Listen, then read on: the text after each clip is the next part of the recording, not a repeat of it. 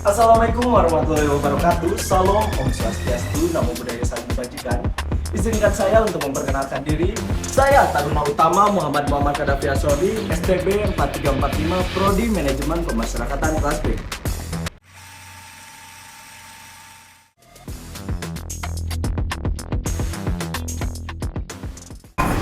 Badan Layanan Umum yang biasa disingkat BLU adalah instansi di lingkungan pemerintah yang dibentuk untuk memberikan pelayanan kepada masyarakat berupa penyediaan barang ataupun jasa yang didasarkan pada prinsip efisiensi dan produktivitas dan tidak berorientasi kepada keuntungan ataupun profit semata. Hal ini terbentuk karena seiring berkembangnya zaman yang mempengaruhi ke segala aspek kehidupan dan salah satunya tatanan ekonomi. Kehadiran BLU memberikan banyak perubahan di sektor ekonomi, yaitu sebagai wadah baru bagi perubahan manajemen keuangan sektor publik. BLU dibentuk agar instansi pemerintah dapat memberikan layanan maksimal kepada masyarakat tanpa ketergantungan dengan dana pemberian pemerintah seperti APBN ataupun APBD. Berdasarkan Undang-Undang Nomor 1 Tahun 2004 tentang Pembendaharaan Negara, BLU tidak hanya sebagai format baru dalam pengelolaan keuangan negara, namun juga sebagai wadah baru bagi pembaharuan manajemen keuangan sektor publik yang dalam melakukan kegiatannya didasarkan pada prinsip efisiensi dan produktivitas dalam pengelolaan keuangan. Pada tahun 2021, jumlah BLU tercatat mencapai 252, lalu naik menjadi 260 BLU pada tahun 2022, dan pada tahun ini tercatat 264, di mana yang menyumbang pada tahun 2022 sebanyak 89,5 triliun. BLU sendiri terbagi menjadi beberapa bidang, yaitu bidang pertama, bidang layanan kesehatan, bidang layanan pendidikan, bidang layanan pengelolaan dana, bidang layanan pengelolaan kawasan, dan yang terakhir, bidang layanan lainnya, di mana yang diberikan ialah layanan strategis di berbagai bidang, diantaranya riset penelitian, pembenihan dan pembibitan, telekomunikasi, pengujian, dan juga layanan strategis lainnya. Adapun syarat-syarat dalam membentuk BLU. Yang pertama, persyaratan secara substantif, lalu persyaratan secara teknis, dan juga persyaratan secara administratif. Persyaratan substantif terpenuhi ketika instansi pemerintah yang bersangkutan menyelenggarakan layanan umum yang berhubungan dengan penyediaan barang dan jasa, layanan umum, pengelolaan wilayah dan kawasan tertentu untuk tujuan meningkatkan perekonomian masyarakat ataupun layanan umum, pengelolaan dana khusus dalam rangka meningkatkan ekonomi dan pelayanan kepada masyarakat. Selanjutnya, persyaratan teknis terpenuhi apabila kinerja pelayanan di bidang tugas pokok dan fungsinya layak dikelola dan ditingkatkan pencapaiannya melalui Badan Layanan Umum sebagaimana direkomendasikan oleh Menteri ataupun pimpinan lembaga non-kementerian atau bahkan lembaga negara sesuai dengan kewenangannya. Kinerja keuangan satuan instansi yang bersangkutan adalah sehat sebagaimana ditunjukkan dalam dokumen-dokumen usulan penetapan Badan Layanan Umum. Selanjutnya, persyaratan administratif terpenuhi apabila persyaratan kesanggupan meningkatkan kinerja pelayanan, keuangan, dan juga manfaat bagi masyarakat. Pola tata kelola, rencana strategis bisnis, laporan keuangan pokok, standar pelayanan minimum, laporan audit terakhir, persyaratan bersedia untuk diaudit secara independen. BLU memiliki sejumlah keunggulan apabila kita bandingkan dengan fasilitas instansi pemerintah biasa. Di antaranya fleksibilitas dalam pengelolaan dengan fleksibilitas yang diberikan itu.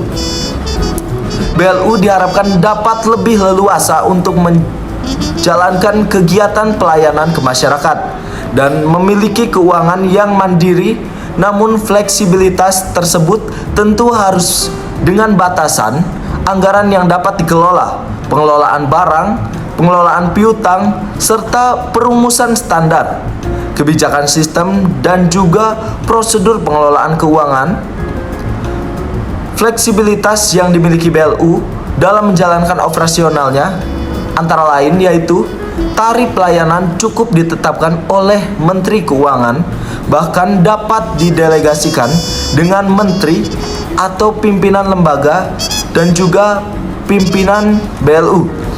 Pendapatan dapat digunakan langsung tanpa harus setor ke kas negara. Belanja secara fleksibel, budget dan dapat melebihi ambang batas, pengelolaan rekening operasional, pengelolaan kas dan juga dana pengelolaan. Melakukan investasi jangka pendek ataupun panjang, melakukan utang dan piutang, melakukan transfer kas antar BLU, penyusunan ketentuan pengadaan barang atau jasa, dikecualikan dari ketentuan pengadaan barang atau jasa pemerintah pada umumnya. Penyediaan aset dengan mekanisme pemberian melalui fasilitator. Mengoptimalisasi aset, kerjasama dan juga membentuk unit usaha. Menggunakan surplus anggaran untuk tahun berikutnya dan juga menetapkan sistem remunisasi. Penerapan pola pengelolaan keuangan Badan Layanan Umum berakhir apabila dicabut oleh Menteri Keuangan.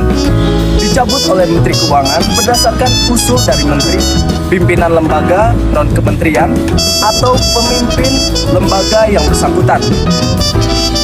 Berubah statusnya menjadi badan hukum dengan kekayaan negara yang dipisahkan. Lalu dengan pencabutan penerapan pola pengelolaan keuangan Badan Layanan Umum oleh Menteri Keuangan ketika Badan Layanan Umum yang bersangkutan sudah tidak memenuhi persyaratan substantif, teknis, dan juga administratif. Layanan pada Badan Layanan Umum siogianya memenuhi persyaratan SMART atau Specific, Measurable, Attainable, Reliable, dan juga Timely, yaitu fokus pada jenis layanan, dapat diukur, dapat dipercaya, relevan, dan dapat diandalkan, serta tepat waktu. Jadi, apa sih perbedaan antara BLU dan juga BUMN? Secara keseluruhan, keduanya berbeda, mulai dari orientasi hingga otonomi dan pengelolaan keuangannya.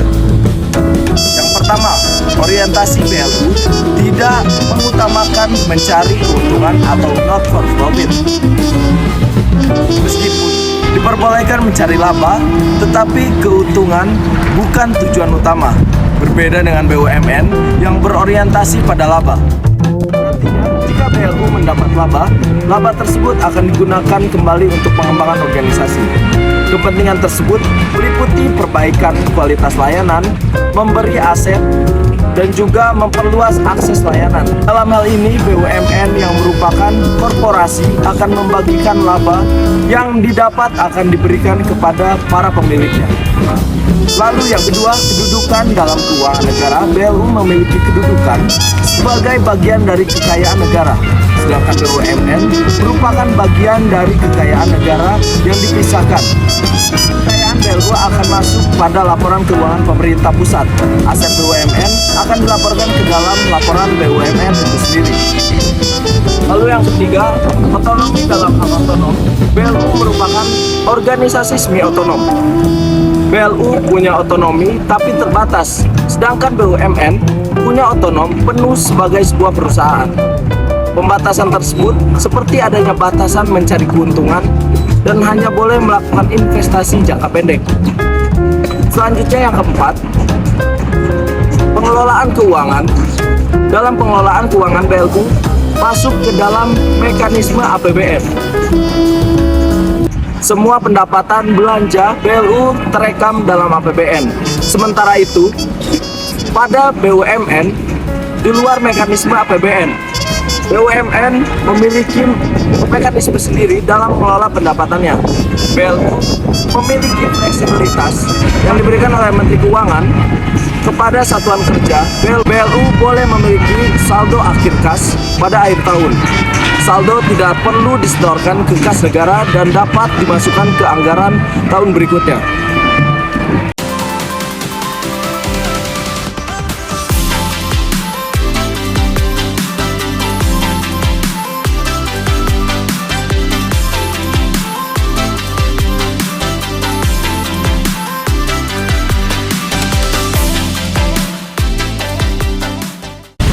Kelima, pegawai. Berbeda dalam hal pegawai BUMN, terdiri dari non-aparatur sipil negara. Sedangkan BLU memiliki pegawai ASN dan juga non-ASN. Lalu yang keenam, pendapatan BLU merupakan penerimaan negara bukan pajak, artinya terekam dalam mekanisme APBN. Meskipun pendapatan tidak disetor ke kas negara, nantinya BLU secara berkala akan melaporkan ke KPPN untuk memberitahu berapa pendapatan yang diterima dan dibelanjakan. Sementara itu, BUMN bukan PNBP. Dan yang terakhir, perpajakan. BUMN akan dikenai pajak atas keuntungannya, sedangkan BLU merupakan instansi pemerintah sehingga tidak dikenakan pajak. STAN, LPDP termasuk dalam BLU.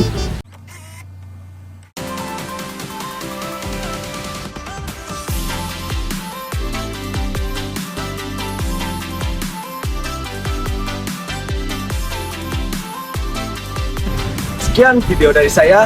Terima kasih sudah menonton. Wabillahi taufiq wal hidayah. Wassalamualaikum warahmatullahi wabarakatuh.